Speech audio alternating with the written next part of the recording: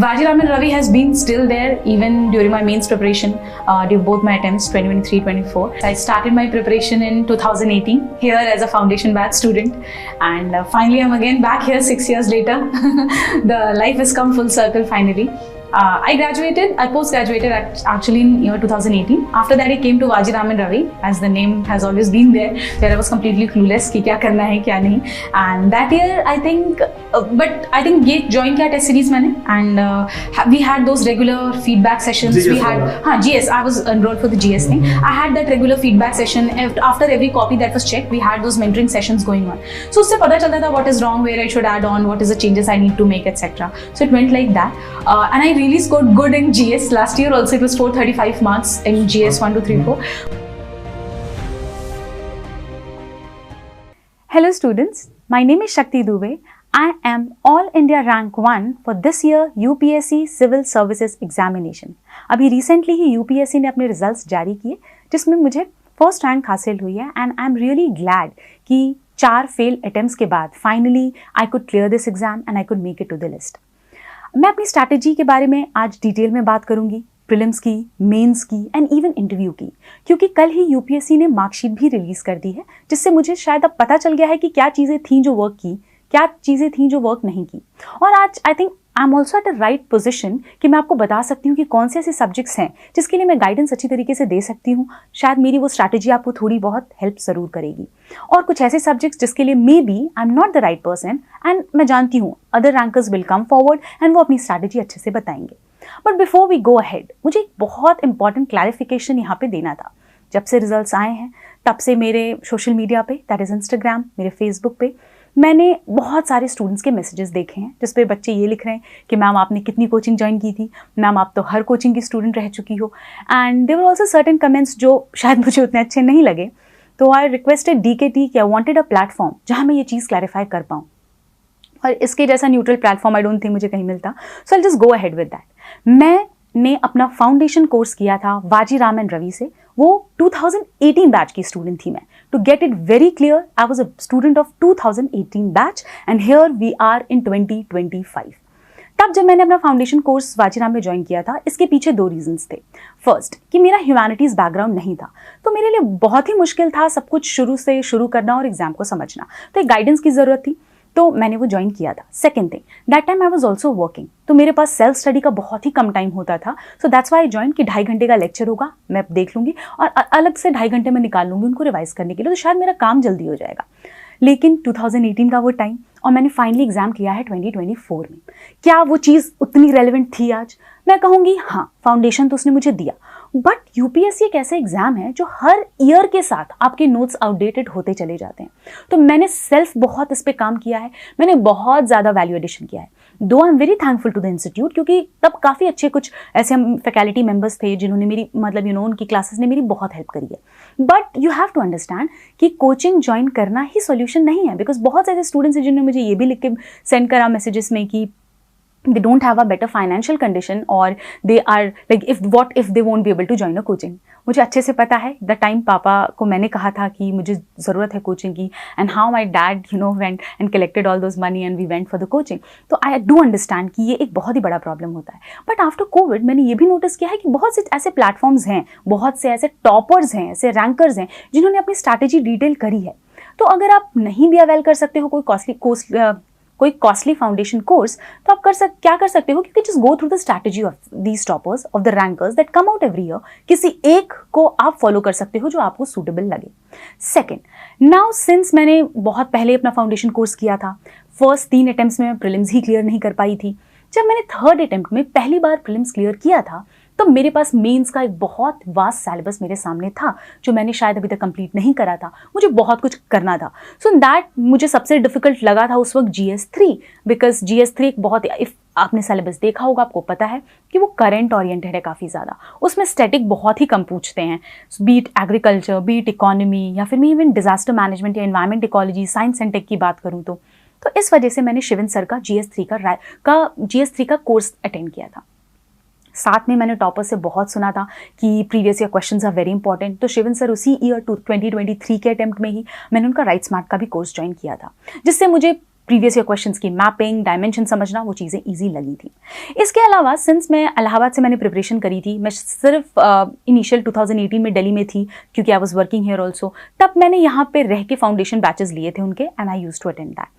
But जब मैं इलाहाबाद वापस चली गई तो मेरे पास ना तो पीयर ग्रुप था, ना मेरे पास ऐसे फ्रेंड्स थे जो यूपीएससी के लिए अपीयर कर रहे थे। तब बहुत एक दो लोगों को मैं जानती थी। So I was looking for a peer group, and that's when I came across one of the mentor, that is Satyam Jain sir.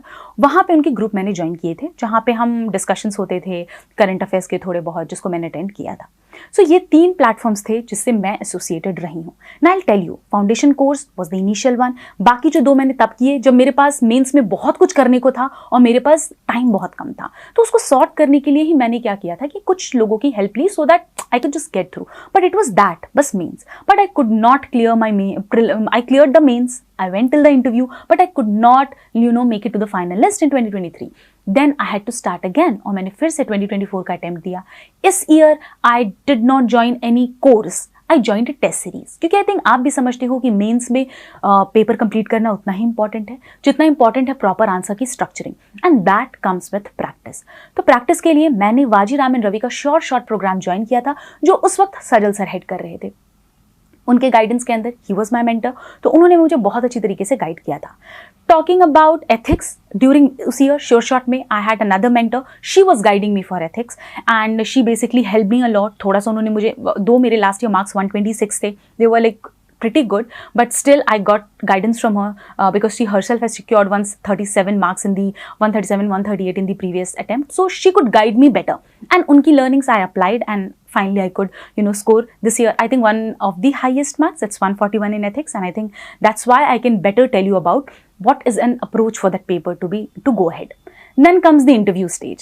Now I think आप भी समझते हो कि इंटरव्यू एक लास्ट स्टेज है यूपीएससी का। आपने प्रीलिम्स क्लियर कर लिया हो, मेंस क्लियर कर लिया हो, तो उसके बाद ये होता है कि वी जस्ट वांट कि कुछ भी ऐसा करो कि फाइनल लिस्ट में हमारा नाम आए, and that is the reason why हम n नंबर ऑफ प्लेटफॉर्म्स पे एनरोल करते हैं just for the personality development test, जिसमें it's just the mock interview. ठीक है, 1-2 इंस्टीट्यूट 500 250 मतलब बहुत ही मिनिमल अमाउंट पे करंट अफेयर्स के क्लासेस रखते हैं। And since I was also working again, तो मेरे पास टाइम बहुत कम था खुद करंट अफेयर्स फॉलो करने का, इसलिए मैंने कुछ कोर्सेज क्लासेस थे दिपिन सर के, I think one of the institute was just जहाँ पे वो अभी हैं करंट अफेयर्स के लिए, उनके 3 क्लासेस थे करंट अफेयर्स के, and I attended just 2 of them offline. मैं देख रही हूँ कि वो वीडियो सर्कुलेट हो रही हैं बहुत, और स्टूडेंट्स के कमेंट्स भी मैंने उसमें पढ़े, हुआ सेइंग कि ma'am is enrolled in every classes. Let me clarify, those were current affairs classes which was part of the personality development. They were just 2 classes that I attended, and it had very minimal fees. I was deeply saddened by watching so many institutes just using my photographs, and it is nothing about me. मुझे कोई फर्क नहीं पड़ता। If you want to advertise please go ahead, but फर्क इस बात से पड़ता है कि स्टूडेंट्स इससे कंफ्यूज हो रहे हैं कि कौन सा ऐसा प्लेटफॉर्म है जो मुझे ज्वाइन करना चाहिए। उन्हें यह भी लग रहा है कि सब कुछ इतना कॉस्टली है, तो क्या I should join everything, and that's why I have seen, I would not name some of them, but आपने देखा होगा उन्होंने डायरेक्टली मेंशन किया है that I am enrolled in 10 courses in their institute, but no I was not. मैं अभी फिर से क्लैरिफाई कर दिया है, मैंने हर चीज़ बहुत अच्छी तरीके से, it was Vajiram and Ravi 2018 foundation batch, it was GS3 write smart under doctor Shivin in 2023, and this year I was part of main sure shot program which was headed by Sajal sir at Vaji Ram and Ravi, and the current affairs classes for my mains that I took help was of those lectures of Jayant Parikshit sir, who is basically a faculty of Vaji Ram and Ravi for economics. Then he came up with the budget and the economic survey that helped me a lot. So this was the clarification I wanted to give before we move ahead. Now let's talk about my journey. I come from a very humble background. My father was a head constable in UP Police. Recently, he has been promoted to sub-inspector. Recently, I mean 2 years back, so he was promoted to sub-inspector.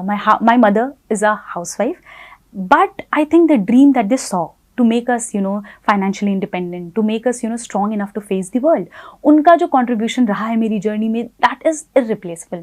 I don't think I can thank them enough. I don't think I can ever tell a replacement for this. तो इसमें ये हुआ कि जब मैं initially 2018 में मैंने अपना college से pass out हुई from Banaras Hindu University. Okay, I'll also like to start. I did my schooling from St. Mary's Convent, Gurpur.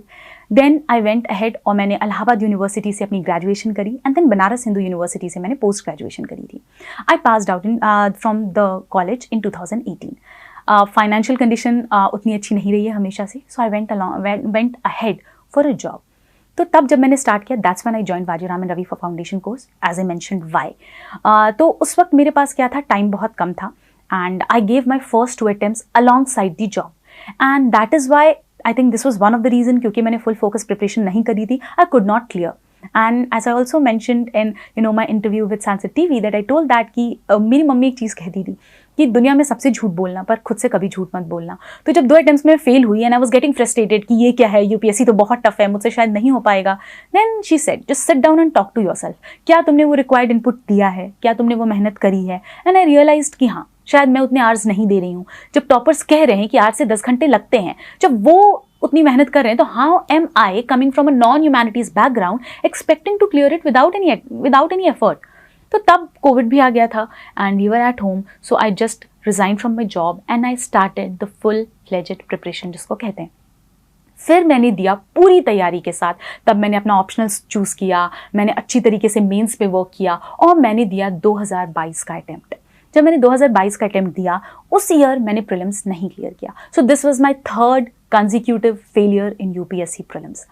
I think वो सच में लो फेस था, बिकॉज ये एक ऐसा अटेम्प्ट था जिसको मैंने जॉब छोड़ने के बाद पूरी तैयारी के साथ मेंस प्रिपेयर करके दिया था। उस ईयर 1 मार्क से मेरा प्रीलिम्स रुक गया था।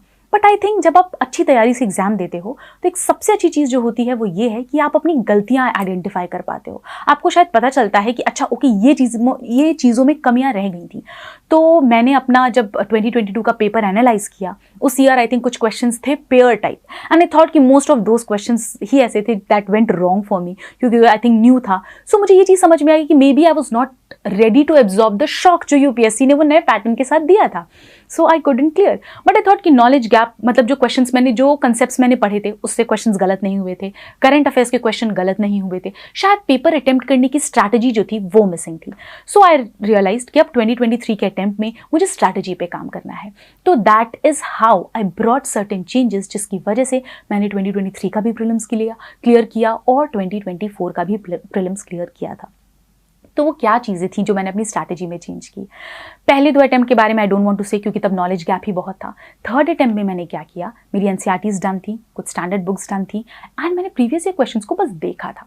Then I realised and I heard so many toppers saying कि previous year question has to be your guide, और तब मुझे लगा शायद मैंने प्रीवियस ईयर क्वेश्चंस को बहुत लाइटली लिया था। तो जो चीज़ें मैंने चेंज करी 2023 के अटेम्प्ट में, वो कुछ I can just count them on my finger tips. First, मैंने अपने प्रीवियस ईयर क्वेश्चंस को प्रॉपरली यूज किया, not just for solving and checking my knowledge, but in order to understand the kind of questions the UPSC is asking. मैंने वहां से themes identify किए कि अच्छा अगर फंडामेंटल राइट से क्वेश्चंस पूछे जा रहे हैं, there are so many articles, article 14 to article 32, but then you will see कि आर्टिकल 19, आर्टिकल 21 एंड आर्टिकल 32, ये 3 ऐसे आर्टिकल्स हैं जो यूपीएससी सबसे ज्यादा पूछती है, चाहे वो प्रीलिम्स हो चाहे वो मेंस हो। तो मैंने ये डिसाइड किया कि बाकी फंडामेंटल राइट्स को तो पढ़ना है, बट इन 3 पे I think I need to give very much focus. इन पे सुप्रीम कोर्ट जजमेंट्स मुझे देखने हैं, इन पर कमिटी रिकमेंडेशन देखनी है, इन पे कोई भी चेंजेस अगर आ रहे हैं, कोई भी करंट में चीजें कवर हो रही हैं, I need to keep a track of that. तो ये जस्ट एक एग्जाम्पल था, मैं बताने के लिए, आपको ये समझाने के लिए बताया कि इस तरीके से मैंने अपने प्रीवियस ईयर क्वेश्चंस को हर सब्जेक्ट के लिए यूज किया, to identify the themes, to identify the keywords and to identify the dimensions that had to be covered. Second change जो मैंने किया कि मैंने अपनी बुक लिस्ट बहुत छोटी करी। 2022 के अटेम्प्ट में आई रिमेंबर हिस्ट्री के लिए मैंने कम से कम 10 किताबें पढ़ी थी। I had new NCERT, old NCERT, some reference book, Tamil Nadu की एनसीईआरटी, मतलब बहुत सारी चीज़ें मैंने पढ़ ली थी और लास्ट मिनट में उनको रिवाइज नहीं कर पाई थी।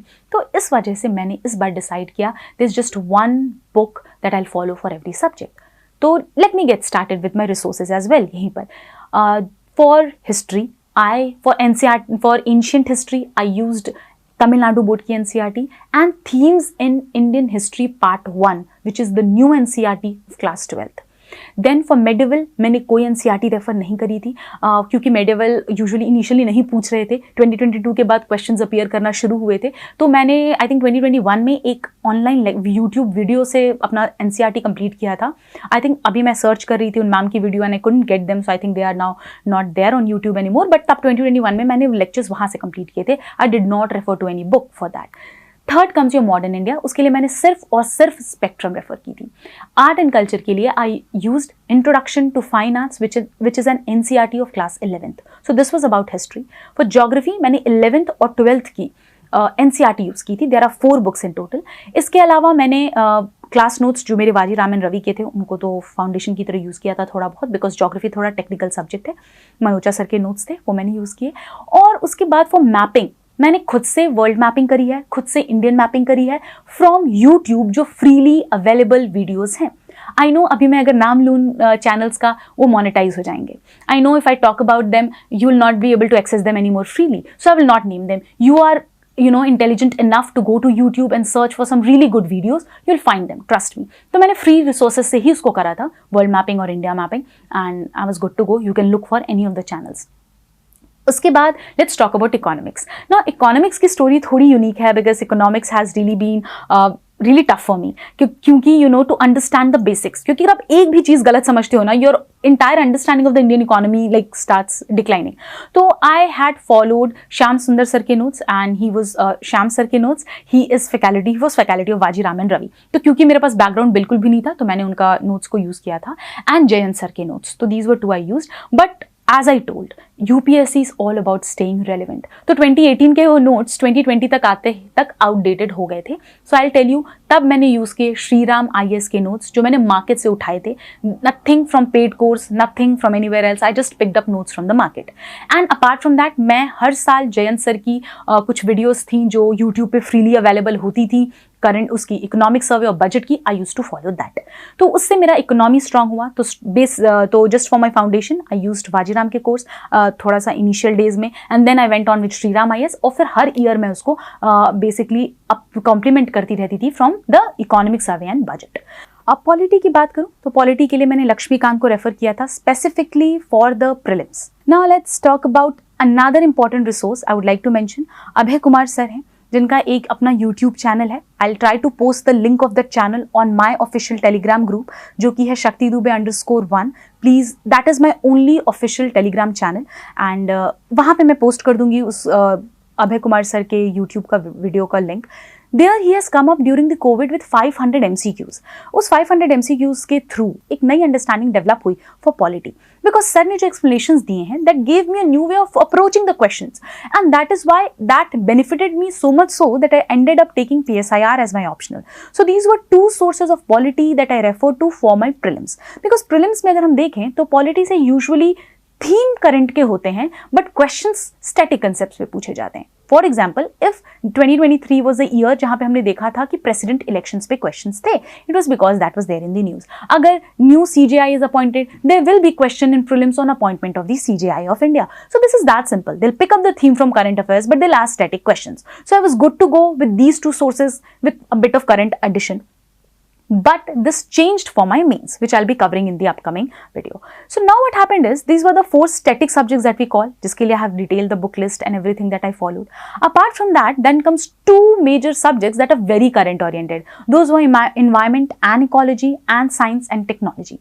For them, since I was a biochemistry student, environment का काफी बड़ा portion I basically covered in part of plant biochemistry, तो मुझे उतनी problem नहीं हुई थी. But I know that students can face some issues in that. For that, you can just refer to any coaching material, just any. When I'm saying any, it don't have to be very like choosy कि कोई paid course अच्छा होगा, कोई क्या अच्छा होगा, नहीं, कोई भी एक मटेरियल उठाओ, उस पर you can develop your static understanding, क्योंकि मोस्टली इन्वायरमेंट में और साइंस एंड टेक में क्वेश्चंस जो हैं वो करंट से ही आते हैं, बी इट स्पीशीज के question, B it national park या प्रोटेक्टेड एरिया के क्वेश्चन हो, या कोई कंजर्वेशन इनिशिएटिव हो गवर्नमेंट का, या अभी every year COP is held, conference of parties of UNFCCC, उसमें नई नई इनिशिएटिव्स इंटरनेशनल प्लेटफॉर्म्स पे लॉन्च हो रहे हैं, इंडिया क्या लॉन्च कर रही है, इंडिया क्या ज्वाइन कर रही है, इंडिया किससे रिफ्रेन कर रही है। सो ये सारी चीजें जो करंट से होती हैं वो हम यूजुअली यूज करते हैं in the environment and ecology. तो स्टैटिक के लिए ज्यादा परेशान नहीं होना है, कोई भी एक relevant material you can pick up and you can prepare your base on that. Then comes science and technology. Now since अब we can divide this into two part. One is biotechnology and then comes other technologies. Other में आपका nano हो गया, quantum हो गया या AI etc. तो ये space technology हो गया. So all of that comes in other technology. Biotech was sorted because I was a student of biochemistry. तो मुझे कभी problem नहीं हुई इसमें. I know some students might face some issues, but I think I'm not the right person to guide for that क्योंकि मैंने literally कोई source use नहीं किए हैं biochemistry के, biotechnology के लिए. Other technologies के लिए I have always used free YouTube video. जैसे अगर quantum entanglement is in news, superposition is in news और मुझे समझ में नहीं आ रहा है, I used to go and search on YouTube freely quantum entanglement explained. It's not यहाँ के कोचिंग की वीडियोस भी नहीं थी, वो कुछ अच्छे इंस्टीट्यूट्स ने भी डाले हुए हैं. अगर आप देखोगे कुछ फॉरेन इंस्टीट्यूट्स की भी बहुत अच्छे क्लिप्स हैं 4-5 मिनट्स के, and they have explained it very properly in a proper animated manners. I use those platforms to understand it. Apart from that, current affairs become very important for science and technology. James Webb Telescope released an image. James Webb Telescope was asked by UPSC. Chandrayaan 3 was launched by India. Chandrayaan 3 was asked by UPSC. COVID जब news में था, सारे types की vaccines पे question आए हैं, protein receptors पे question आए हैं, because that was very obvious. तो आपको समझना पड़ेगा science and technology and environment are such two subjects जिसमें आपको करंट पे बहुत ज्यादा फोकस करना है. स्टैटिक के लिए परेशान नहीं होना है अगर आपका बेसिक्स क्लियर है तो. सो this is it for my prelims के बेसिक सोर्सेज जो मैंने यूज किए थे. इसके बाद प्रीलिम्स में आप देखते हो जो इंपॉर्टेंट पोर्शन है या एस्पेक्ट है, दैट्स फॉर करंट अफेयर्स, जिसमें मैं भी ऐसे ही किसी भी इंस्टीट्यूट के कंपाइलेशन को फॉलो करती थी, जिसमें order of following the current affairs was science and technology, environment ecology, economics and IR and places in news. बाकी पॉलिटी के लिए I use to just go through the content page और मैं देख लेती थी कौन से थीम्स न्यूज में हैं, so that based on that I can prepare it from my static. So this is how I followed the current affairs for GS papers. Now let's move to GS paper 2. That is the CSAT. I know that CSAT is a qualifying paper. You just need to score some 33% marks. But in recent few years, I have seen students failing a lot in that. I know personally few of them who could clear GS1 by very good margin, but they failed in GS paper 2. Now, I am basically a medical student. Medical as in I took physics, chemistry, bio in class 11. So last interaction मेरा maths के साथ class 10th में हुआ था, and I left it because this is one of the most horrifying subject for me. But reasoning was never a problem. मेरे लिए reasoning कभी problem नहीं था. तो जब मैं यूपीएससी में मैंने स्टेप किया तो first I sat down with CSAT का पेपर और मैंने देखा कि इसका पैटर्न क्या है. तो मैंने 3 सेक्शंस आइडेंटिफाई किए. एक रीडिंग कॉम्प्रहेंशन, दूसरा क्वांट वाला पोर्शन था, and third was your reasoning and aptitude. I was good with comprehension. At least if I'm attempting 27, 28, 25 questions approx मेरे सही होते थे. तो I knew I could, extract maximum marks from the comprehension. Then मैं switch करती थी to reasoning. Reasoning से I used to pick up, some 10, 15 to 20 questions. Sitting arrangement के question हो, dice के question हो, cubes के question हो, और series के question हो. तो all of that were very easy for me because I don't know, it worked for me. So I used to then couple it up with that. Then I used to move to quant. और quant में because I was very weak, तो मैंने कुछ specific areas identify कर लिए थे, जैसे time and speed, time and work, ठीक है, speed, distance and time, then percentage हो गया, एवरेज हो गया. सो दीज आर 5-6 थिंग्स जो मुझे लगा कि इससे एक तो क्वेश्चन ज्यादा आ रहे हैं और शायद मैं इनको इजिली कर लूंगी. I was not very good with permutation, combination या probability. तो I used to never go there also. मैं उसको कभी touch भी नहीं करती थी. I just went with them. And with this combination, I could attempt some 45 to 50 questions, because of which I was able to clear CSAT in all my attempts. Even in first attempt, I couldn't clear the prelims, but CSAT was I was 75, 74, 73 ऐसे marks रहते थे. Last attempt में I think paper 2023 का बहुत ही tough था. We saw people from engineering background also talking about that openly कि हाँ paper was on the tougher side. But that year also I scored 69 marks. I know it was very close to the cutoff, but I cleared it despite being a non math student. So I think CSAT is something जिसमें अगर आप previous year के कुछ last 5 years के previous year questions आप solve कर सकते हो, and you can identify the areas जहाँ से ज़्यादा questions आ रहे हैं. CSAT में क्योंकि cutoff already है कि आपको 33% ही लाना है, you can identify your own forte and you can just stick to certain questions. 45 से 50 का attempt करो जहाँ पे आपकी accuracy बहुत अच्छी होनी चाहिए. Then I think you will be able to clear the cutoff with a nice margin. This year I scored 75 in the CSAT, so I think it was pretty much good. So this was my approach towards the CSAT. This is about the prelims. Though अब question ये है कि क्या prelims is all about the book list? क्या prelims is all about study? I would say no. Prelims is also about the mindset. Prelims is also about mock practice. Because prelims एक ऐसा stage होता है जहाँ पे I think UPSC uses it for filtering out the mass.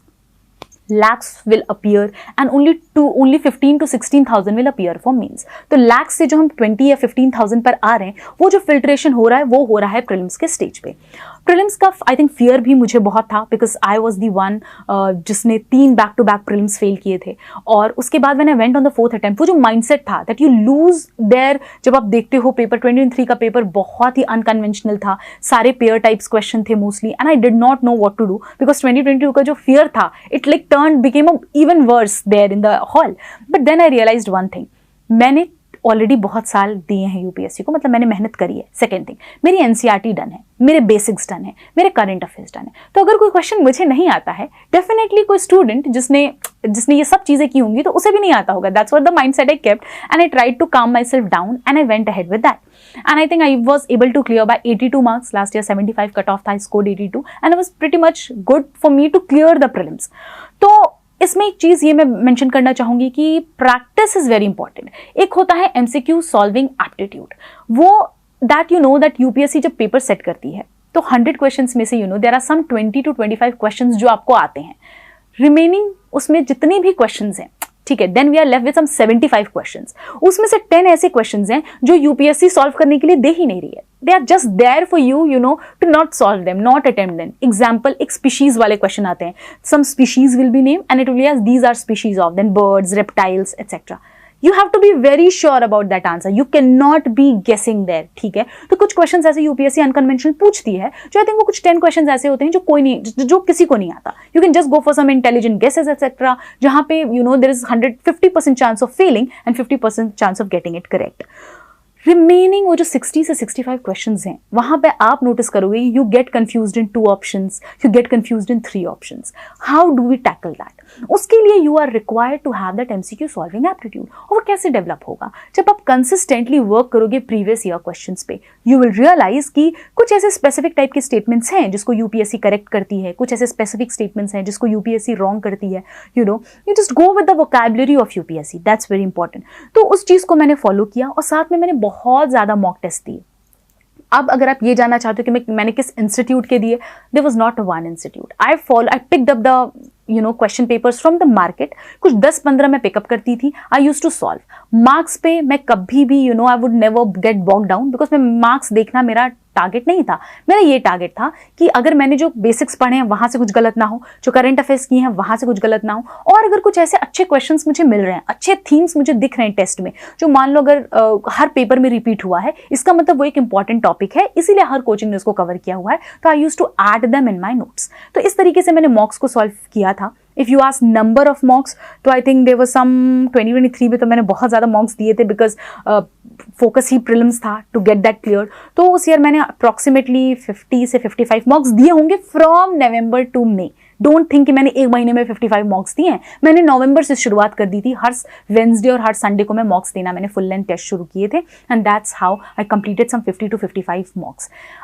In the 5th attempt मेरे पास ज़्यादा time नहीं था. 16 अप्रैल को रिजल्ट आया, 16 जून को मेरा नेक्स्ट प्रीलिम्स था. तो उस 2 महीने में मैंने सिर्फ और सिर्फ 10 to 12 मॉक पेपर सॉल्व किए थे. There was some full length test and based on that मैंने सिर्फ आइडेंटिफाई कर लिया इंपॉर्टेंट करंट अफेयर्स के थीम्स, अपना बेसिक्स क्लियर कर लिया and that's how I was able to go through the go confidently to the prelims hall.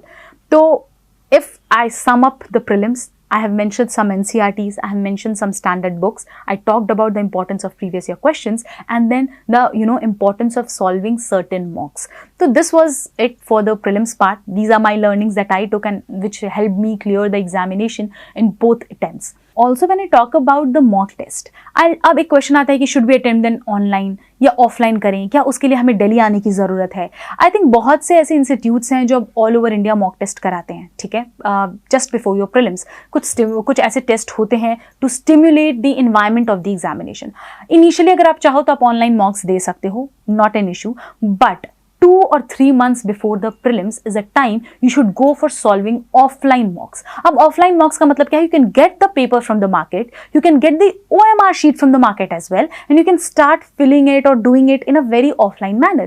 Because I'll tell you कि जो वो exam का atmosphere होता है, that's very, there's so much pressure on our mind. And कुछ students का I have heard that they even do, mistakes in filling the OMR sheets because they are in hurry or maybe they get just confused and एक answer आपने दूसरी जगह mark बार किया and then whole of your answer sheet gets like it gets wrong one by one. तो इसलिए थोड़ा ये प्रैक्टिस करना in an offline setup to fill the OMR sheet properly, that is also required. So I would suggest that 2 months before the prelims is the time, at least minimum 2 months, that you should start attempting the prelims mocks जो हैं वो offline आप करना शुरू कर सकते हो. In this year 2024 attempt what happened was कि मैं अपना एग्जाम देने गई थी, ये मेंस का एग्जाम था एक्चुअली, और I just heard when I came out my father told me कि एक स्टूडेंट था, वो he was, I think he was from MP and he was given a centre in Prayagraj and he comes there and वो आए वहाँ पे and I think was late by 4 or 5 minutes and he was not given entry for the examination. And nothing can be heart breaking then that, क्योंकि आप prelims clear कर रहे हो and you are not given an opportunity to sit for the mains. तो ये गलती नहीं करनी है. यूपीएससी बहुत क्लियर गाइडलाइंस देता है कि क्या टाइम पे गेट क्लोज होगा, किस टाइम पे गेट आपका ओपन होगा.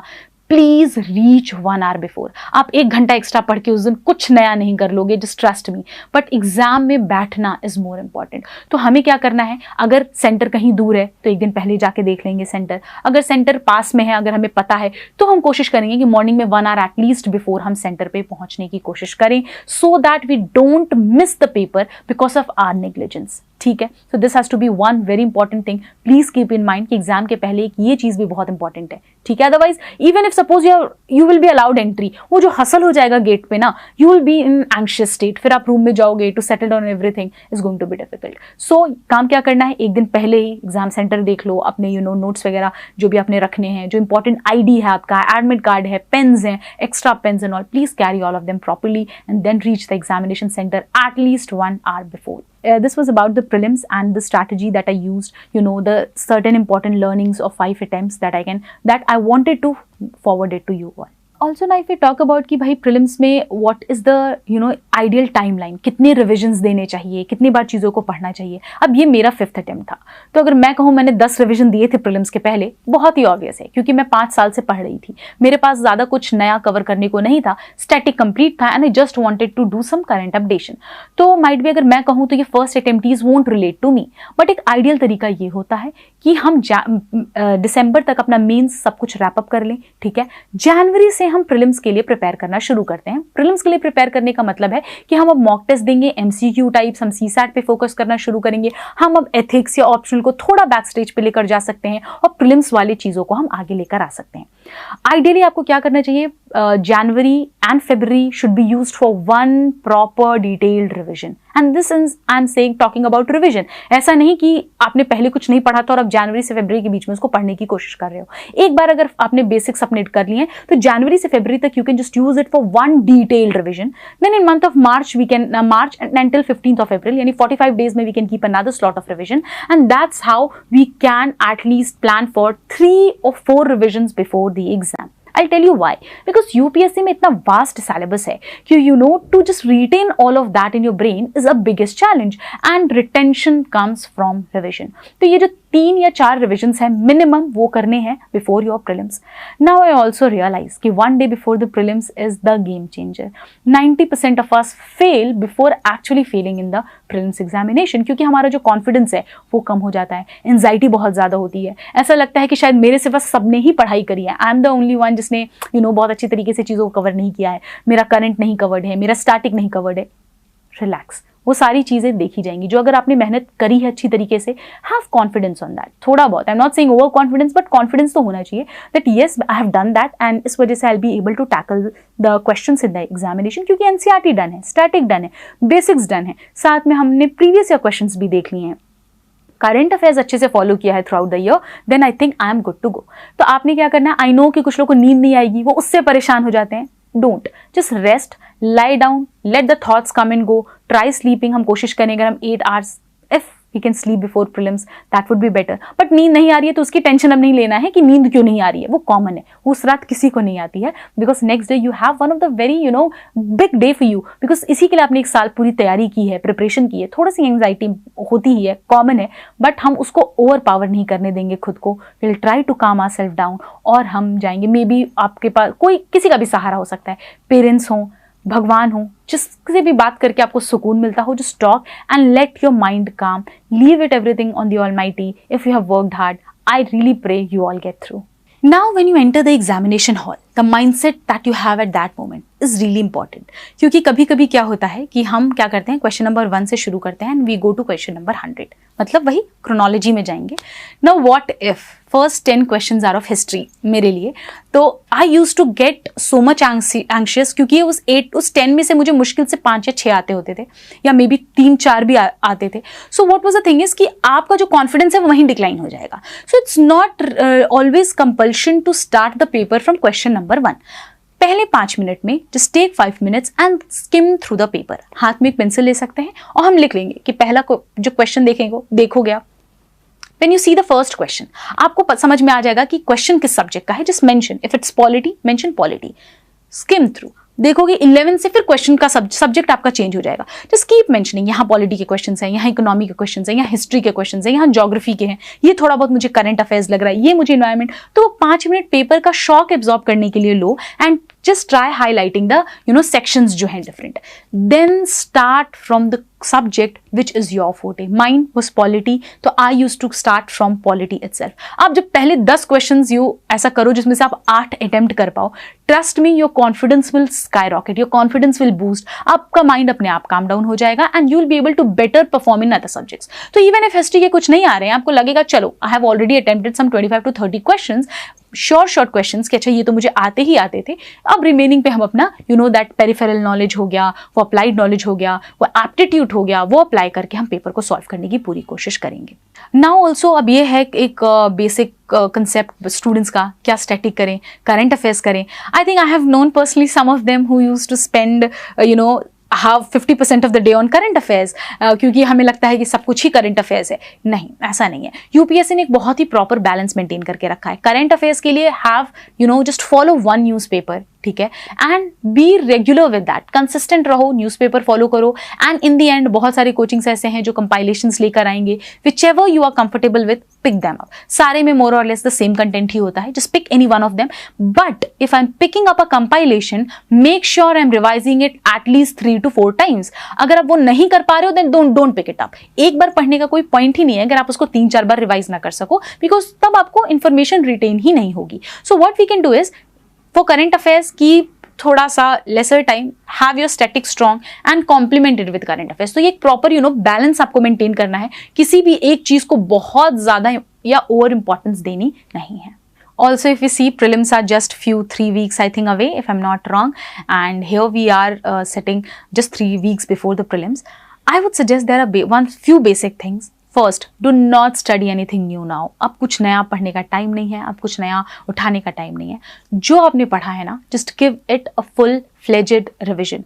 What we need to do is कि अच्छी तरीके से जो मैंने एनसीईआरटी के नोट्स प्रिपेयर किए हैं, because I am expecting by now आपके 1 पेजेस प्रिपेयर हो चुके होंगे, तो उसको रिवाइज करना है. एनसीईआरटी को, प्रीवियस ईयर क्वेश्चंस की जो आपने लर्निंग्स पे नोट्स बनाए हैं उसको रिवाइज करना है. और जो आपने मॉक्स दिए थे उससे अगर आपने कोई नई लर्निंग, कोई अच्छा क्वेश्चन, कोई अच्छा थीम एक्सट्रैक्ट किया था, उसके आपने अगर नोट्स बनाए थे तो उसको रिवाइज करना है. So these 3 weeks have to be all about revision. और साथ में I think I tell you, अब कुछ क्वेश्चन कुछ स्टूडेंट्स का ये भी क्वेश्चन होता है, क्या मॉक्स इस टाइम पे देने चाहिए. मैं अगर अपनी पर्सनली बात करूं, हाँ, मैं एटलीस्ट 10 days बिफोर तक मॉक्स देती थी. Full length test, proper 100 questions. Again क्यों? क्योंकि ये मेरा 5th अटेम्प्ट था, मेरा रिविजन डन था. I had that luxury of time, मैं कर सकती थी. जिनका 1st, 2nd अटेम्प्ट है, do not sit and keep solving paper on by compromising the revision time. Revision properly करो. आप एक काम कर सकते हो कि हर रोज कुछ 25 क्वेश्चंस आप सॉल्व कर सकते हो instead of going for full length test. 100 की जगह 25 आज से सॉल्व करना शुरू करो, so that you stay in touch with that practice of solving MCQs. You can keep picking up new themes. Otherwise don't go for full length test अब, क्योंकि I think ये होगा कि आपका कॉन्फिडेंस उससे कम होगा अगर पेपर में अच्छे मार्क्स नहीं आ रहे हैं. This might also hamper your productivity during these days. तो इस वजह से आप क्या कर सकते हो, till I think this week, if you want, you can go ahead with some mocks, but in last 2 weeks please do not solve any new mocks. बस वही 10 कुछ questions per day previous year questions हो, या कुछ ऐसे solved ही papers हो जो आपने पहले solve किए थे. just go through them to keep in that habit of solving MCQs. So I just came to know कि मेरा मेंस का जो 843 का स्कोर था, it can be divided into 3 parts. First is 464 in GS papers. GS 1, 2, 3, 4 का cumulative score है. Then in essay I have scored 100 and in my optional my scores were 280. So ये जो एक मेरा स्कोर्स रहा है, इसके बेसिस पे I think now I will be able to tell a proper strategy, kahan kaam kiya, where it worked, where it did not work. Like let's start from essay only. In my last attempt also I had 105. This attempt I have 100. So I don't think I'm the right person to guide for the essay part. So I'll refrain from that. I think और rankers हैं जिनके काफ़ी अच्छे scores होंगे and I'm hoping they'll come forward, वो अपनी strategy लेकर आएंगे. तो ऐसे के लिए you can follow them. But talking about myself, that how did I approach the essay paper? I basically did one thing, that I picked up relevant examples from the current affairs. I used to, follow some good case studies from the Better India website. I also used to read certain books. So I used to, collect that reference of the books as well in order to quote it in my answers in the essay paper specifically. तो मेरी जो strategy थी ऐसे attempt करने की वो ये थी कि जो essays हैं उसमें same structure नहीं follow करना है first thing. तो अगर पहला essay मैंने question answer format में करा है तो दूसरा essay जो है that I'll go in a very, वो जो GS paper वाले फॉर्मेट में जाता है या SDG अप्रोच होता है वो सब चीजें. तो इस तरीके से मैं 2 एसेज को कंप्लीटली यूनिक रखने की कोशिश करती थी. This time what I did that I started one of my essay with by quoting a book, because eco survey में इस बार एक बुक का मेंशन था वेयर इट टॉक्ड अबाउट कि किस तरीके से internet and the digital era is impacting the brain of youth, it is impacting the brain of children. तो वो मैंने उस बुक को the great rewiring of the generation by Jonathan Haidt, मैंने उसको कोट किया था because there was question this time on social media का इम्पैक्ट. तो वो चीजें मैंने करी कि बुक कोट से स्टार्ट किया था. उसके बाद I went ahead in a question answer format. I gave 2 angles to it, positive impact, negative impact. I gave some relevant examples to support my argument and then I ended it by conclusion कि किस तरीके से हम इसके balanced use को promote कर सकते हैं, कैसे ethics की जो requirement है in this social media intermediaries is very important these days and is also the proactive role that the citizens have to play. इसके बाद जो मेरा सेकंड एसे था उसको मैंने बेसिकली क्वेश्चन आंसर फॉर्मेट में किया था. मैंने एक एनेक्डोट से, एक स्टोरी से उस चीज़ को बिगिन करा था. नाउ आप एनेक्डोट्स या तो कहीं से भी ले सकते हैं, कुछ लोग हिस्ट्री से भी कोट करते हैं, मैं करंट अफेयर से कोट करती थी. तो कोई भी अगर आपको रेलेवेंट ऐसी स्टोरी लाइन या कुछ शॉर्ट केस स्टडी पता हो उससे भी आप अपने ऐसे को बिगिन कर सकते हैं.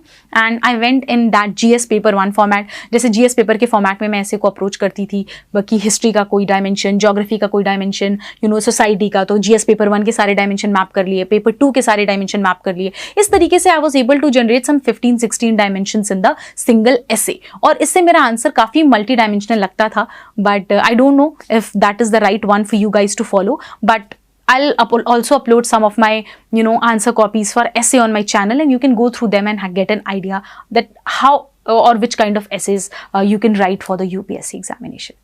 Also if I talk about the essay paper, I think यहाँ पे टाइम कंस्ट्रेंट तो नहीं होता है बिकॉज 3 आवर का टाइम होता है आपके पास. आपको सिर्फ 2 ऐसे लिखने होते हैं. तो एक तो आपको काम करना है कि ब्रेन स्टॉर्मिंग. तो और क्या करना है, first 1.5 hour you can give to 1 essay जिसमें आप 30 मिनट्स ब्रेन स्टॉर्मिंग कर सकते हो, 20 मिनट्स ब्रेन स्टॉर्मिंग कर सकते हो और रिमेनिंग 1 आवर जो है उसमें you can write your essay. And I think it's a pretty much good time to complete the paper.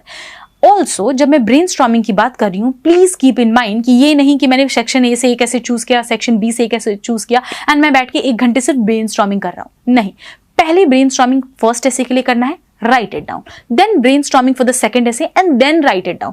Otherwise what will happen is कि जो आपका flow है वो फिर आंसर में रिफ्लेक्ट नहीं करेगा when you will complete 1 essay. तो 1 essay at a time, brainstorm, write. So this is my idea of approaching the essay paper. My Telegram channel, the link for my Telegram channel will be mentioned in the description. You can join them where I'll be uploading my essay copies to give you an idea कितने सारे approaches हैं to go for the essay paper. Like I am a PSIR student. मैंने बहुत ही ज़्यादा अच्छी तरीके से जो थिंकर्स थे, उनकी जो बुक्स थी, उसको यूज़ किया है in my essay answers as well. So yes, if you belong to an optional जिसका आप नॉलेज यूज़ कर सकते हो ऐसे में, feel free to do that. Yes, do not get into technicalities of the optional in the essay paper, obviously, but वहाँ से आप reference ज़रूर ले सकते हो. That is what I used to do. Talking about where did I, approach my essay for, उसके लिए मैंने कोई कोर्स तो ज्वाइन नहीं करा था. I just joined some of the other test series essay के लिए just to write the essays. But I had followed a lot of toppers copy for the essay every year. Shruti Sharma ma'am की copy मैंने देखी है. इसके अलावा last year की topper थी नौशीन मैम, उनकी कॉपी मुझे I think that was one of the best essay copy I came across. You guys can go and watch that as well. उन्होंने एक ऐसे लिखा था AI पर and I just went how beautifully, how smoothly, in a very organic manner उनका ऐसे लिखा हुआ था. The flow in the essay was really good. The type of dimensions she has touched upon was really good. There were current dimensions, there were also future perspectives and all of that. So it was really a very balanced essay that I would say. तो इस तरीके से मैंने कुछ toppers की copy भी refer की थी. I think इसके लिए आपको टॉपर्स की कॉपी रेफर करने का ये बेनिफिट है कि you will get an idea कि किस तरीके से हम अप्रोच कर सकते हैं ऐसे को एक बहुत ही यूनिक तरीके से. Talking about the topic selection in essay, अगर आपको पता है तो there are 2 sections, part A part B, और आपको एक ऐसे चूज करना होता है. यूपीएससी 4 ऑप्शंस देती है. I also know some people that they are like ये जो कॉमन सा टॉपिक है that I am not going to choose क्योंकि इस पे सब ऐसे लिख रहे होंगे, तो let me pick up something unique. If you do that, trust me, you are putting yourself at risk. ठीक है, क्योंकि दूसरे लिख रहे हैं इसलिए I want write is not something you should go for. UPSC में कोई रिस्क नहीं लेना है. तो जब भी आपको कोई कॉमन टॉपिक मिले जिसपे आप एटलीस्ट 8 to 10 डायमेंशन जनरेट कर पा रहे हो, please go with that topic. You do not need to just give it up क्योंकि दूसरे लिख रहे हैं, उससे कोई फर्क नहीं पड़ता. everybody's essay is going to be unique because सबके अपने ideas होंगे to incorporate. Everybody will have some different examples, so do not worry about that. Pick the topic or choose the topic in which you are comfortable and you can easily generate 9 to 10 dimensions so that you can create, a very holistic and a very multi-dimensional kind of essay. In recent times, there is also, we have seen that UPSC has started asking certain, philosophical essays. That has become an issue for the students. And I was a PSIR student, so I think कि मैंने thinkers वगैरह पे जो इनकी theories होती हैं, I have worked a lot on that, बहुत पढ़ा था. So philosophical essays were never an issue for me. Even if question would have come on happiness, I knew that I could quote Aristotle anytime. So एक तरीका होता है approach करने का philosophical essays को, जिसको आप because these are abstract, ठीक है? And there is an issue that the way you look towards a topic is not the same way the other one is looking towards it, because what is happiness for you is not happiness for others maybe. तो ये जो differences होते हैं, तो that is also problematic, but that is also the beauty of philosophical essays, because you have the full freedom to turn that the direction of the whole essay. You can decide the course कि किस तरीके से उसको you are making it, you are interpreting it. That's what I would say. So for philosophical essays, what you can do is you can quote some thinkers. You can give that dimension coming up from your optional paper if you have. You can also give very beautifully. You can try substantiating your arguments with some relevant examples, which can make it look very organic. Which can make it look very live. Like I can say, it should not be very mechanical, because जो हमारे fact based ऐसे होते हैं, जैसे women empowerment पे है, now I can pick up some important data, facts, and I can go with it, and those are facts, nobody can refute it. But the beauty of philosophical essay is that it provides you the opportunity to just decide the course of action, decide the course of the whole story that you are writing. So I think use it to your best abilities. Try picking up the dimensions from every possible subjects that you have studied to make your answer look much multidimensional. Now we'll talk about the GS papers, because अभी recently जो mark sheet I, I secured a cumulative score of 464 in the GS papers this year.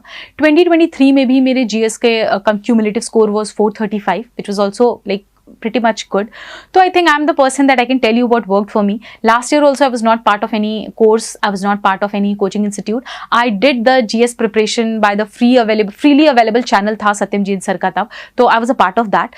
And वहाँ पे हमने थोड़े बहुत current affairs वगैरह discuss किए थे. Answer को approach करने का या structure करने के कुछ हमने कुछ templates follow किए थे, and I went with that.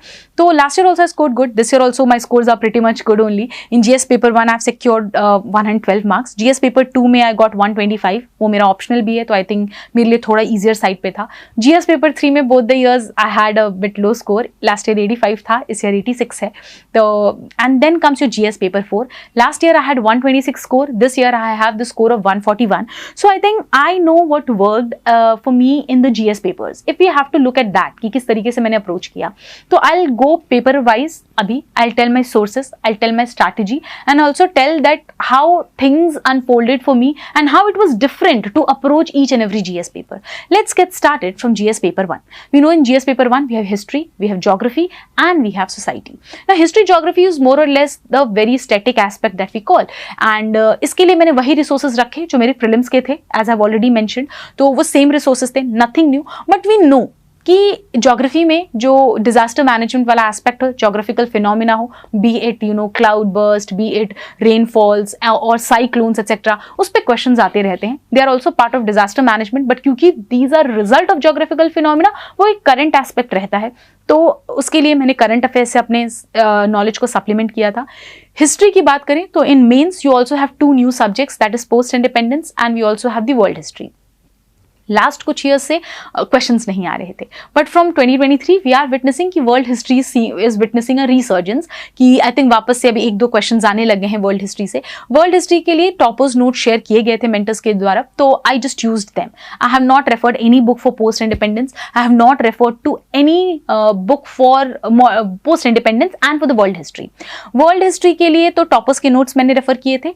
Post independence के लिए मैंने विजन आईएस का मटेरियल यूज किया था, जो कि मार्केट में आपको आई थिंक मिल जाएगा. कुछ 5-6 यूनिट्स हैं. I just red them very selectively और हाईलाइट कर लिए थे पॉइंट्स को, and that's how I went for post independence. Now the third important इसमें जो सेक्शन है in GS paper 1 is that of society.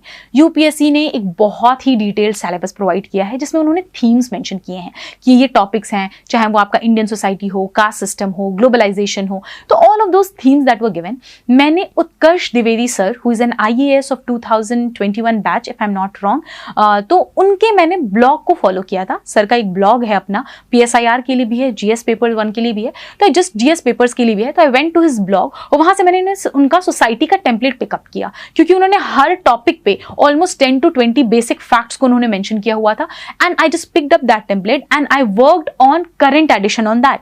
तो मैंने क्या किया कि अगर कास्ट सिस्टम पे कोई क्वेश्चन है तो भी caste census was in news, तो आई एडेड इट देयर. ठीक है, इफ ग्लोबलाइजेशन अभी क्वेश्चन है तो commodification of women, globalisation and impact of globalisation on the women, तो ये चीजें, ये टॉपिक्स जो थे मैंने करंट से पिकअप किए. टेम्पलेट मैंने सर का यूज किया था and I just did the value addition on that. Now this is how I approach GS paper 1, but this is not the end. What I did, one most important thing for the mains was the previous year question का section wise analysis. मतलब मैंने previous year questions को लिया and I mapped it with the syllabus. मतलब अगर globalization या caste system is a topic, I used to see all the question on caste system that has been asked in last 10 years. मैं 2013 से I used to follow the previous year question for the mains. तो I use to just go and pick up कि भाई क्या क्या dimensions पे UPSC ने already questions पूछ लिए हैं. I use to cover them accordingly. तो previous year questions were really very important, that help me generate dimensions कि कास्ट सिस्टम पे what dimensions have been covered. या फिर if you talk about cyclones, तो UPSC ने कभी कभी cyclones में क्या कंडीशन पूछी है, कभी इंपैक्ट पूछा है, कभी कलर कोडिंग वार्निंग पूछी है. तो इस तरीके से I just went on to generate dimension from the previous year questions and I created my own one pager notes out of that. So template I used from Utkarsh Dwivedi sir's blog post, and I had complemented it from the current affairs by adding relevant schemes, by adding relevant data, information, and some current happenings that were already there in the news. Okay, now let me talk about that previous year questions का जो segregation की मैं बात कर रही हूँ, वो मैंने खुद से नहीं किया था. आई थिंक शिविन सर ने अपने टेलीग्राम चैनल पे पोस्ट किया था लास्ट ईयर 2023 में. कुछ सिलेबस वाइज उन्होंने क्वेश्चंस की मैपिंग करी थी, which made easier for me to because I got the segregated information at one place and I used it to generate dimensions. तो वो फ्रीली अवेलेबल होंगे वो प्रीवियस ईयर क्वेश्चंस मेंस के. I think बहुत सारे institutes भी अपने I think अपने वेबसाइट पर अपलोड करते हैं, तो गेट इट फ्रॉम देयर. ऐसा you will get a proper segregated compilations there as well. Now the issue here in answer writing for GS paper 1 is because two of the subjects here are static, geography and history. Society में हम current add on कर सकते हैं.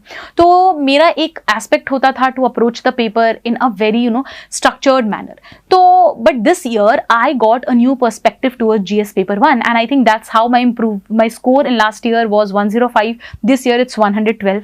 तो I think ये थोड़ा सा work किया था. ये डायरेक्शन मुझे सजल सर ने दी थी. He told me कि शक्ति जितना भी स्टैटिक टॉपिक हो आप एक काम कर सकते हो, आप अप्रोच उसका जो इंट्रोडक्शन है keep that very current oriented. This will show the examiner that you know exactly why the question was asked and this is also show कि what is the relevance of the topic. Like why are we studying Cholas right now, भाई चोलास का क्या significance है. तो ये चीज अगर आप उसको करंट से पिकअप करके लेकर आ सकते हो, जैसे लास्ट ईयर आपको पता होगा, last to last year when Parliament was new Parliament building was inaugurated, Sengol was placed behind the speaker का चेयर. ठीक है ना, Sengol has been brought from the Cholas empire. ठीक है, तो that is something shows the current relevance कि किस तरीके से उस टाइम का एडमिनिस्ट्रेशन आज के एडमिनिस्ट्रेशन में क्या ओवरलैप्स हैं. तो whenever there is even as static topic as say history, you can always pick up some current dimensions from the news that are there to begin your answer with, which makes or it basically gives a good impression to the examiner that you are aware about the relevance of the topic. जैसे for example also we know that Mauryan का administration हो या मौर्य का art and architecture हो, that's prominently there in the news. There was a lion pillar capital of the Sarnath that was also उसका replica was inaugurated in the new parliament building. तो अगर Mauryan art and architecture पे question है, you could have begun from there. Similarly cyclones पे question है, do not start by the definition of cyclone, rather please mention if there any cyclone is there in the news. Cyclone Fenigal हो गया, cyclone Dana हो गया. Every year in month we'll have those cyclones during northeast monsoon, southwest monsoon. They'll always be there in the news. Pick up some name and just start from that. Recently, say cyclone Dana hit the coast of Odisha, West Bengal and Bangladesh, creating a large-scale HOVAC, and that's how we started, which was classified as, say, tropical cyclone of severe category by the IMD. So this is something you can give a relevant introduction and then begin with the basics, definition ho ya points to cover ho and all of that. ठीक है? So GS society is already current oriented. जो society जैसे women की कोई condition है या women के लिए कोई national family health survey अगर release हुआ है, उसमें say if the mortality rate or if the nutritional status of women or the anemia and all is there is change or decline or dip in that, questions will be there on that. Women ka health, women ka education, pick up data from the economic survey, pick up the schemes from the budget, and you can make your answer look really vibrant and wonderful. So talking about GS paper 1, which looks very static, but what we can do is we can keep adding introduction from the current to make your answer look more relevant, and I think that can give you edge over the others. Vajiraman Ravi has been still there even during my mains preparation, during both my attempts 2023-24. I started my preparation in 2018 here as a foundation batch student, and finally I'm again back here 6 years later. The life has come full circle finally. I post-graduated actually in year 2018. After that, I came to Vajiraman Ravi, as the name has always been there, where I was completely clueless कि क्या करना है क्या नहीं. And that year, I think ये join किया test series मैंने, and we had those regular feedback sessions. We had GS. I was enrolled for the GS thing. I had that regular feedback session after every copy that was checked. We had those mentoring sessions going on. So उससे पता चलता था what is wrong, where I should add on, what is the changes I need to make, etc. So it went like that, and I really scored good in GS. Last year also it was 435 marks in GS 1, 2, 3, 4. Now let's move to GS paper 2. Since PSIR was my optional, I don't think if I'm the right person to talk about polity and IR, but I'll do, because I know that prelims के लिए भी मैंने mention किया कि Lakshmikant was a source I followed and 500 MCQ on Abhay Sir's channel. इसके बाद अगर मैं बात करूं आपके मेंस की, मेंस में क्या होता है कि यूपीएससी पॉलिटी से क्वेश्चंस पूछती है लाइक द करंट डेवलपमेंट्स. ठीक है, for example Supreme Court judgments हो गए कोई रीसेंट, कोई कमिटी की रिकमेंडेशन आई. ठीक है, for example if UCC was implemented in Uttarakhand, then comes the role of all those committees that have talked about it, the law commission which mentioned about it, supreme court which has mentioned about the UCC and its requirement and its necessity. तो you can just quote those judgements. तो यहाँ पे जो ये value addition करना था, इसको आप किसी भी रेलेवेंट कोचिंग मटेरियल से कर सकते हो. Again talking about myself, क्योंकि I was a student of PSIR, मैंने बहुत ज़्यादा मटेरियल और बहुत ज़्यादा रिसोर्सेज फॉलो किए थे. There were multiple coaching institutes जिनके मैंने कंपाइलेशंस यूज किए थे. आतिश माथुर सर का भी there were some compilation of court cases that he come, Supreme Court cases that he came up with. I use those templates at time. Magna Carta उनका freely available है उनके YouTube channel पे. यू can just go फॉर दैट and you can just watch all of that. So yes, it was freely available back then, so I used that only. I was not part of, and I just used the the PDFs. I did not go for the lectures. So PDFs I used to pick up those relevant current affairs जो आप कर सकते हो आराम से. So वो मैंने value addition किया था सुप्रीम कोर्ट जजमेंट का, कॉन्स्टिट्यूशन आर्टिकल्स का, कमिटी रिकमेंडेशन का, सेकेंड ARC हो या आपका लॉ कमीशन हो, सरकारिया हो, all of that. So I used to pick up relevant information from there and make my answers very current oriented. मैं बहुत ही कम स्टैटिक रेफरेंस देती थी.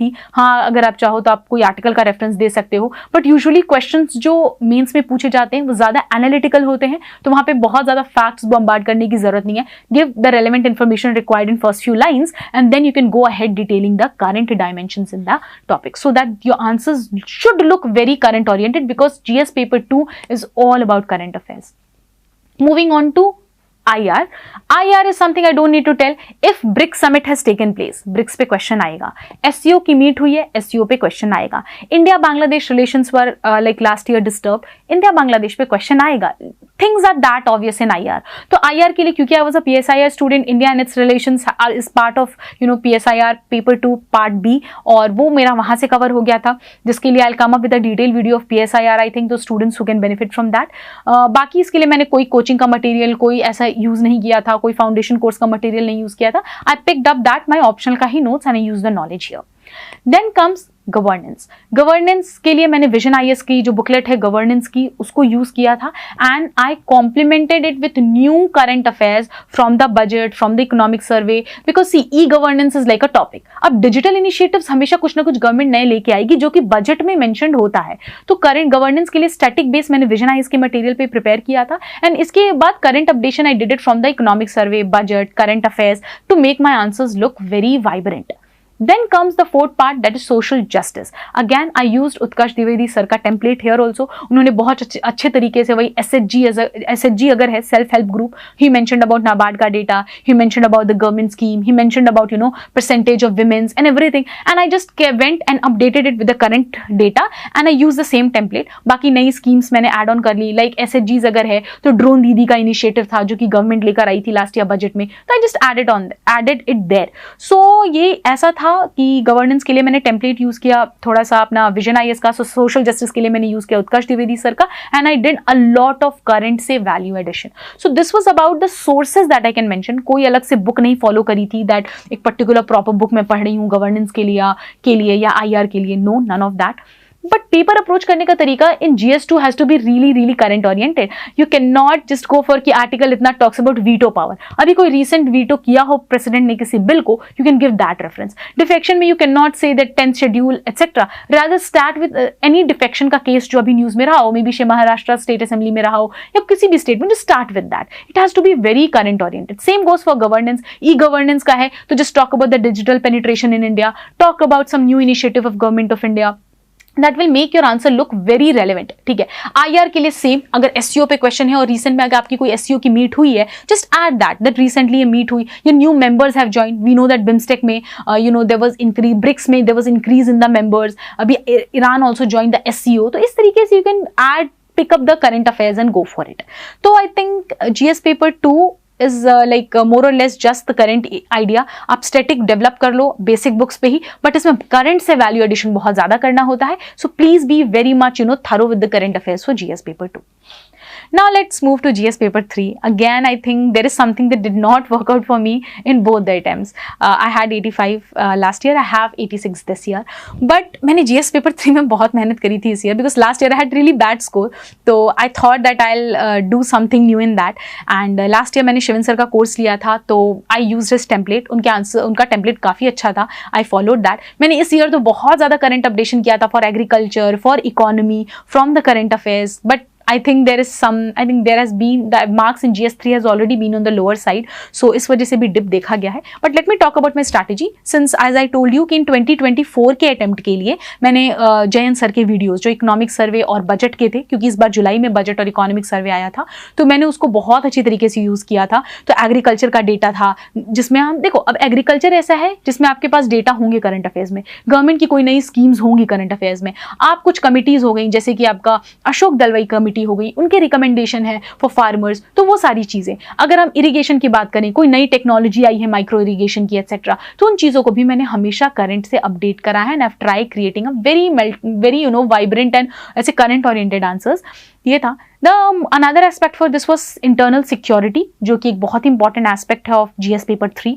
इंटरनल सिक्योरिटी के लिए मैंने सर के ही टेम्पलेट यूज किए थे लास्ट ईयर, शिवन सर के. एंड दिस ईयर कोई नया स्कीम है, अगर नक्सलिज्म पे कोई डेटा आया है, ठीक है, टेररिज्म पे कोई डेटा आया है, और there is data on Maoism, percentage of women participating, money laundering पे कोई डेटा है हमारे पास, ऑर्गेनाइज क्राइम पे कोई नया डेटा है. So all of that I compiled and I went ahead creating some very current oriented answers, क्योंकि जो सिलेबस है बहुत ही डिटेल्ड है. हर टॉपिक पे मैंने नोट्स प्रिपेयर किए and from Shivan sir's course, and उसके ऊपर मैंने करंट एडिशन किया था. After that comes environment and ecology, science and technology. When I talk about these two subjects, as I told you, मुझे ज़्यादा कभी प्रॉब्लम नहीं हुई इसमें, मैं करंट से बहुत ही ज़्यादा अपडेटेड रहती थी. फॉर इन्वायरमेंट इकोलॉजी के लिए भी मैंने करंट स्कीम्स को फॉलो करा था, करंट इश्यूज को फॉलो करा था. साइंस एंड टेक्नोलॉजी के लिए कोई रिसेंट लॉन्च हो, कोई रिसेंट मिशन हो, कोई रिसेंट डेवलपमेंट्स हो, तो ये दोनों सब्जेक्ट्स के लिए मैंने करंट को बहुत ज़्यादा फॉलो किया था. And I was very thorough with it. Previous year questions will remain your guide through and through, so उसको तो इग्नोर नहीं करना है. So that's how I did. इसके लिए कोई ऐसे फिक्स्ड बुक लिस्ट नहीं थी. मेंस की भी कंपाइलेशन आती है बहुत से इंस्टीट्यूट्स की, तो for science and tech and environment ecology मैंने मेंस के कंपाइलेशंस को ही यूज किया था, कोई बुक को रेफर नहीं किया था. Then comes disaster management. For disaster management मैंने उत्कर्ष द्विवेदी सर का टेम्पलेट फॉलो किया था. उन्होंने बहुत अच्छी तरीके से whatever be the disaster, be it cyclone, be it cloud burst, be it earthquake, be it volcano, उन्होंने एक सिंगल फॉर्मेट दिया है. In every you just need to change the data, you just need to change the name, बाकी more और less things are same. तो मैंने कैसे NDMA की गाइडलाइंस हैं जिसमें आप प्रिपेयर हो गया, देन प्रिवेंट हो गया, प्रोहिबिट हो गया, देन गो फॉर रिहैबिलिटेशन हो गया, रिकंस्ट्रक्शन हो गया. तो ये 3-4 स्टेप्स हैं जो उन्होंने खुद ही दिए हुए हैं. तो just you can keep modifying it based on the kind of disaster we are talking about. तो इस तरीके से एक टेम्पलेट सर ने बहुत अच्छे से अपने ब्लॉग पे पोस्ट किया हुआ है. So I picked it from there and then based on, then I searched, I googled most of the data, I googled most of the NDMA की वेबसाइट से जाके उनकी guidelines etcetera, and I created a very concise and crisp notes on my own for the disaster management. So this was about GS paper 3.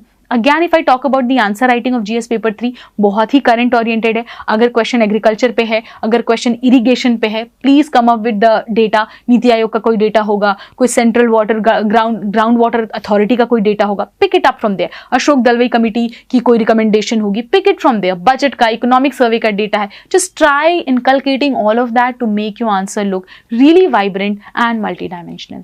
अब वही है, economic survey and the budget एक बहुत ही रेलेवेंट डॉक्यूमेंट है. अब आप अगर यूट्यूब पे जाओगे, कुछ वीडियोस आपको 1 आवर में कंप्लीट करके दे रहे होंगे, कुछ वीडियोस आपको 10 आवर्स में कंप्लीट करके दे रहे होंगे. यू हैव टू अंडरस्टैंड कि वो एक बल्कि डॉक्यूमेंट है, 1 घंटे में उसको पढ़ाया नहीं जा सकता है. So please do not run back of saving time because that will not help you at all. Rather go for some detailed analysis. कोई भी एक अच्छा फ्रीली अवेलेबल यूट्यूब चैनल पे आपको वीडियो मिल जाए, फॉलो देम. बिकॉज एक बार अगर आप इकोनॉमिक सर्वे और बजट कर लेते हो, you can use it across the papers. GS paper 1, 2, 3, 4 हर जगह आप इसका डेटा और इन्फॉर्मेशन को यूज कर सकते हो. So this will help you in making your answers look very current oriented. Now moving on to GS paper 4. This has been my personal favorite.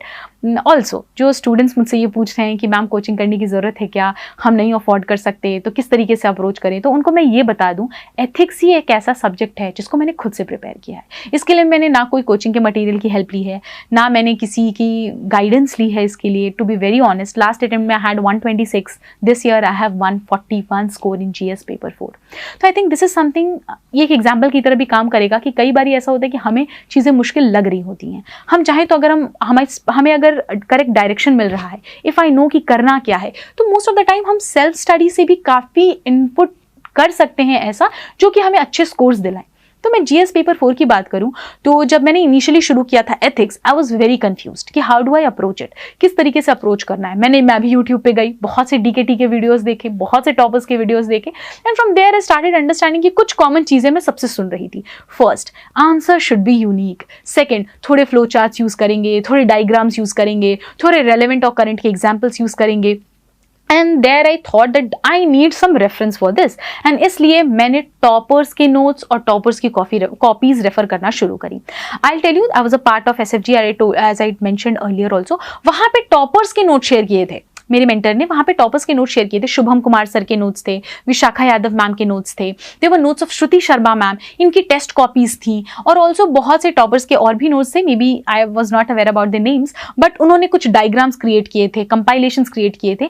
All of that I used. इसके अलावा एक प्रहार magazine है, आई think I mention that. उनकी कुछ एक booklet है keywords की, नॉट द एथिक्स की बुकलेट, बट एक कीवर्ड्स की उनकी बुकलेट आती है एथिक्स की, जिसमें उन्होंने कुछ 100 कीवर्ड्स को कवर किया हुआ है. आई थिंक 50-60 कीवर्ड्स को तो कवर ही किया है.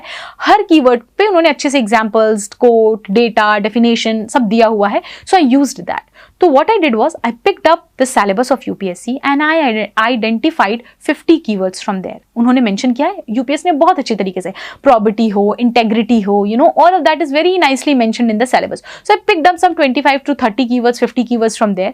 Then I picked up previous year questions. वहां से मुझे कुछ 50-60 keywords मिल गए. So I got a compilation of some 100 keywords जो पिछले 10-12 साल में यूपीएससी ने पूछे हुए हैं, जो उनके खुद के previous year questions में है, जो उनके खुद के syllabus में mentioned है.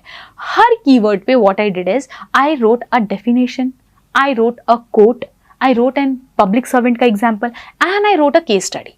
तो हर कीवर्ड पे ये 4 चीजें मैंने मेंटेन कर ली, क्रिएट कर ली. डेफिनेशन बहुत ही स्मॉल रखना है. अगर आप कुछ बहुत बड़ा फैंसी डेफिनेशन रख लोगे वो याद नहीं होगा. So I used to keep a very crisp and small definition. एक बहुत ही रेलेवेंट ऐसे कोटेशन मेंशन कर लिया, इंपॉर्टेंट टाइप्स. और इस तरीके से what I used to do is create my own notes. तो उस 50 to 60-80 कीवर्ड्स पे मैंने खुद के नोट्स प्रिपेयर किए थे.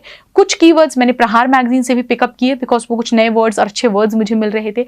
ऑप्शनल का मैंने यहाँ थ्रू एंड थ्रू बहुत यूज किया है अपने ऑप्शनल की नॉलेज का, बिकॉज एरिस्टोटल हो या फिर आपके प्लेटो हो, उनके जो कार्डिनल वर्च्यूज हैं, कैटेगोरिकल इंपेरेटिव्स हैं, उस पर भी क्वेश्चंस बहुत अच्छी तरीके से बनते हैं बिकॉज थिंकर्स एक इंपॉर्टेंट एस्पेक्ट है of your GS paper 4 and optional में भी वो मेरे पास था. तो वहां से भी मैंने इन्फॉर्मेशन काफी यूज करी थी.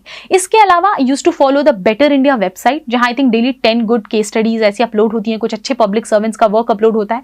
जैसे for example give you an example for this, मैंने फॉलो किया था एक example of Meenal Karnwal ma'am who is an IAS of 2018 batch and she has started the concept of Balika Panchayat where she is going into the villages, she is meeting the girls below 18 years of age, talking to them, understanding their problem and referring to their educating them on the health issues because cervical cancer was in news, educating them about the menstrual hygiene, ठीक है, educating them about their rights. तो मुझे ये concept काफी अच्छा लगा था. तो this year when I was mentioning about dedication to public service पे एक क्वेश्चन था and there I gave the example of Meenal Karnwal ma'am. तो ये एक बेटर इंडिया की वेबसाइट है जहां से आप रेलेवेंट एग्जाम्पल्स को पिकअप कर सकते हो and you can use it in your examples. Shruti Sharma ma'am की कॉपी से मैंने एक नई चीज सीखी थी एंड दैट वाज कि she used to give very basic example, like day to day examples. अगर ऑनेस्टी की बात आ रही है तो शी यूज्ड टू मेंशन कि how I used to take money from my mother's purse and go out for watching movie. तो ये एक बेसिक बहुत छोटी चीज है जो शायद हम सब करते हैं घर में, but how you can use it to show that you are giving some real life examples, right. तो एक रियल लाइफ एग्जाम्पल आपकी डे टू डे लाइफ से if you can pick it up and you can mention in very small, you can rephrase it in a very short way. ऐसा नहीं कि आप 10 line का example ही लिख रहे हो, नहीं, example have to be very crisp. आपने एक वर्ड में, 2 वर्ड में, 2-3 लाइन में लिख दिया, दैट्स इट. सो इस तरीके से मैंने टॉपर्स की कॉपी से काफी कुछ सीखा था. विशाखा यादव मैम की कॉपी से भी मैंने देखा कुछ रेलेवेंट सिविल सर्वेंट्स के एग्जाम्पल्स मैंने वहां से पिकअप किए, ठीक है. So this is what I did. Ethics एक ऐसा था जो कि इसी तरीके से मैंने टॉपर्स के नोट्स, टॉपर्स की copies and then some from the Prahar magazine and then with lot of value addition on my own I created it. Now अब ना यूपीएससी में अगर आप देखोगे तो एथिक्स में 3 टाइप के क्वेश्चंस पूछे जाते हैं. एक आपका होता है बेसिक एकेडमिक जिसमें keywords and factors responsible all of that will be asked with relevant example. Second आता है quote based question and third आते हैं case studies. I was good in first one because मैं आराम से मेंशन कर पाती थी. I used to address every keyword, I was able to create the dimension and answer all of them with example. Case study was really good for me क्योंकि वहां पे जो एथिकल डायलेमास वगैरह मेंशन करना होता है. As I mention I was a PSIR student, तो we come across so many things given by Aristotle. He talks about the golden mean. We come across Hannah Arendt who talks about banality of evil, ठीक है. तो इस तरीके से हमें बहुत सारे कीवर्ड्स ऑप्शनल में मुझे थिंकर्स से मिल गए थे. साथ में मैंने जो एथिक्स के थिंकर्स थे, नोट्स हमारे सिलेबस में मेंशन है, उन पे भी मैंने काफी डेटा प्रिपेयर कर लिया था. कुछ एथिकल डायलेमास यूपीएससी खुद पूछ चुकी है तो उसके प्रीवियस ईयर क्वेश्चन से मैंने पिकअप किया and I added in my notes. तो यूपीएससी के प्रीवियस ईयर क्वेश्चंस को मैंने बहुत ज्यादा अच्छी तरीके से यूज किया था for ethics. But I was facing issue in the quote based questions because मुझे लगता था कोट बेस्ड क्वेश्चन को ऐसे की तरीके से अप्रोच करना होता है and I think I was not able to do justice in my last attempt. Though I think I scored 126, it was good, but still there were some issues in that part of code based question जिसको मैंने इस साल improve करने की कोशिश की. My mentor, she told me how I could just understand the underlying value of the quote and then I can create a very proper अच्छे से फिर मैं dimension wise, point wise I can answer it. So that I think worked for me in this attempt and I think the scores are that way. So I guess that worked for me and I hope that will work for you also. तो code based question में बिल्कुल ऐसे तरीके से approach नहीं करना है कि वो ऐसे के फॉर्मेट में I am going. Just go understand the underlying value and go point wise there also and try addressing the every dimension and every aspect that is being asked or that is being reflected in the code. So this is it about the ethics and this is how I followed all these resources and tried covering ethics from beginning to the end all by myself. So let me elaborate on the code based question. This year in mains there was a question, let me just mention that, and I'll tell you how I have approached that. There was a question number 3. There was part C, which says, in law a man is guilty when he violates the right of others. In ethics he is guilty if he only thinks of doing so. This is a statement by Immanuel Kant, and they have asked to detail about it, like what do you understand from the code. So basic, as I told you, you have to pick up the basic underlying value. So we understood that it is asking about law versus ethics. What is the difference between two? And I think if you know, if you have done your ethics का static properly, वहाँ पे आप law versus ethics पढ़ते हो, morality versus ethics पढ़ते हो, तो वो जो difference था वो यही static कंसेप्ट को यहाँ लिखना था. It was asked in the code format. ठीक है, वो डायरेक्टली भी लिख सकते थे what is the difference between ethics and law, just explain with relevant examples, but they used a code to ask this question. तो इस तरीके से आपको क्या करना है, कोई भी कोड हो उसका अंडरलाइन वैल्यू पिकअप करो and you can answer it in the static format with relevant examples as well. और also I'll tell you, in ethics one of the biggest issue is the time, because ये और सब paper से बहुत अलग होता है. First 6 questions are those questions जो आपके सिलेबस से आते हैं, the static part जिसको हम बोलते हैं, लेकिन हर क्वेश्चन में 3 सब पार्ट्स होते हैं, तो it becomes 6 3s are 18, okay, and then you have 6 case studies after that. So and those case studies will also have 4 sub parts or 3 sub parts. So that is, in 3 hours completing the paper on time is itself a challenge. मेरा एक approach होता था, because मुझे case studies में I wanted to write really good ethical dilemmas, I wanted to enrich it very properly, तो मुझे लगता था I need a proper time for my case studies. So I used to finish the static part in first 1 hour 15 minutes. वो मेरा एक timer होता था, time है जो मैं देख रही हूँ, and I used to just try and completing it in 1 hour 15 minutes, so that at least I have 1 hour 45 minutes for the case studies, so that I can just give it very properly. अच्छी तरीके से मैं detailed तरीके से time दूँ, थोड़ा सोचने का time मिले, so that I can write a very nice case studies. अब तो I think in ethics also they have started asking in case studies some case laws of the government of India. They've started asking some schemes of government of India. Like last year they asked initiatives related to prevention of sexual harassment at workplace or to improve the women का presentation in the economic sphere. तो अब I think वहाँ पे static information भी use होने लग गई है. Use them if it has been asked. तो ये मेरा एक approach होता था to complete the paper on time. And for this I practiced a lot. तो मैं test लिखती थी. As this year I was part of the main Sure Shot program. वो था so that I get a bit evaluated and get some input from the mentors. But apart from that I also wrote certain tests जिसको मैंने खुद से नहीं, my sister Pragati, she checked them and she used to give me the input कि this is something you can change, this is where you can do the value addition and all, and क्योंकि ये जो ethics है it does not require much of background information. जैसे अगर मैं world war पे कुछ लिख के if I'm sending it to a non UPSC aspirant, they won't be able to understand. But अगर ethics में मैं कुछ लिख के किसी को send कर रही हूँ तो they can probably understand. So I also have a non UPSC friend. She used to also cross verify my answers and she used to give her inputs कि इसको थोड़ा better आप explain कर सकते हो या आप ये भी example use कर सकते हो. So this is what I did. Ethics में बहुत टेस्ट लिखे थे मैंने to ensure कि my paper completes on time and to ensure कि वो 1 hour 15 minutes में मेरा static complete हो रहा है और 1 hour 45 minutes में I used to give अच्छे से to the case studies. थोड़ा speed बढ़ानी पड़ती है ऐसे ethics के paper में, because there are chances कि you will miss on, and if you miss on a single case study, वही 20-25 marks gone, and that we cannot afford in the exam as competitive as UPSC. Now also there's a dilemma, should we complete the paper on time or should we go for those quality answers? ठीक है, तो इस case में मेरा approach तो ये रहता था, completing the paper on time has to be your priority, because if you are writing, ऐसा नहीं है कि कुछ भी लिख सकते हैं, but write relevant information, don't run back of filling the pages. अगर आपने डिमांड मीट कर दी है आंसर की, अगर आपने प्रॉपरली डिटेल करके चीजें लिख दी हैं, just go ahead, don't need to fill the pages. Case studies में ऐसा होगा कि कभी वो बहुत ज्यादा 2 या 3 पेज भी देते हैं. Write how much is required and move ahead, because if you keep filling the pages, it might happen that you will be missing up the questions that are there in the last. So एक ये तरीका है. दूसरा, for mains I'll also like to mention कि paper को attempt कैसे करते हैं. You know that first 10 questions are 10 marker, next 10 questions are 15 marker. तो ये मैंने एक टेक्निक यूज की थी कि I use to start from question number 11 till 20 and then I used to switch to 1 to 10, क्योंकि 15 मार्कर जो क्वेश्चंस होते हैं वो क्वेश्चंस थोड़े मल्टी डायमेंशनल होते हैं, उसमें लिखना भी आपको ज्यादा होता है और वहां पे there are you lose more. Like for example 15 marker question I am attempting, I might get 6-7 marks on an average, and 10 marks का अगर मैं अटेम्प्ट कर रही हूँ I get 3 or 4 marks on average. ठीक है, so if I miss a 15 marker I lose 6 marks, if I miss a 10 marker I lose 3 to 4 marks.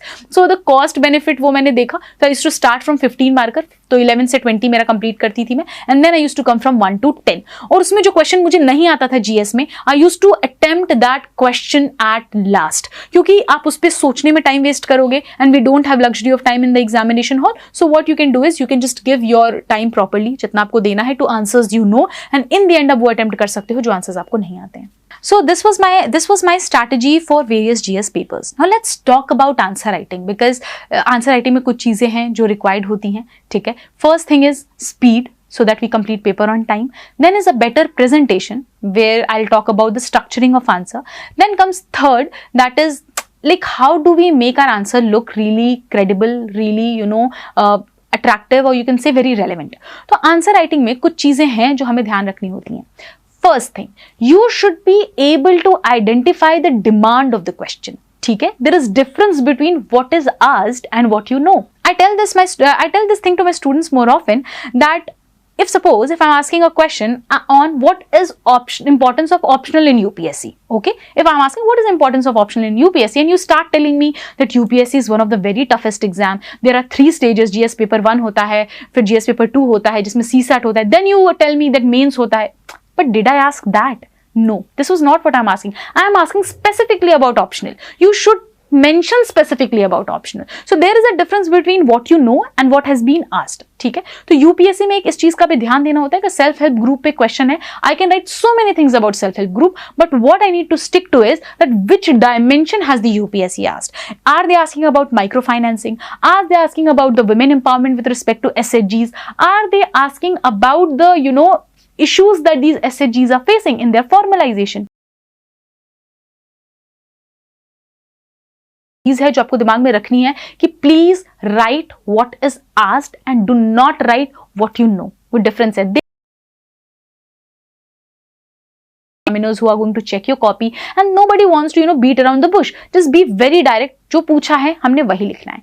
Second thing, you should be able to identify the sub that will help you in creating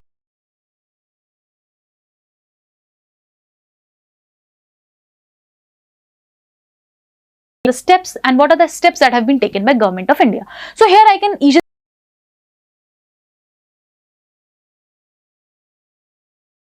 generate the sub points. ठीक है, so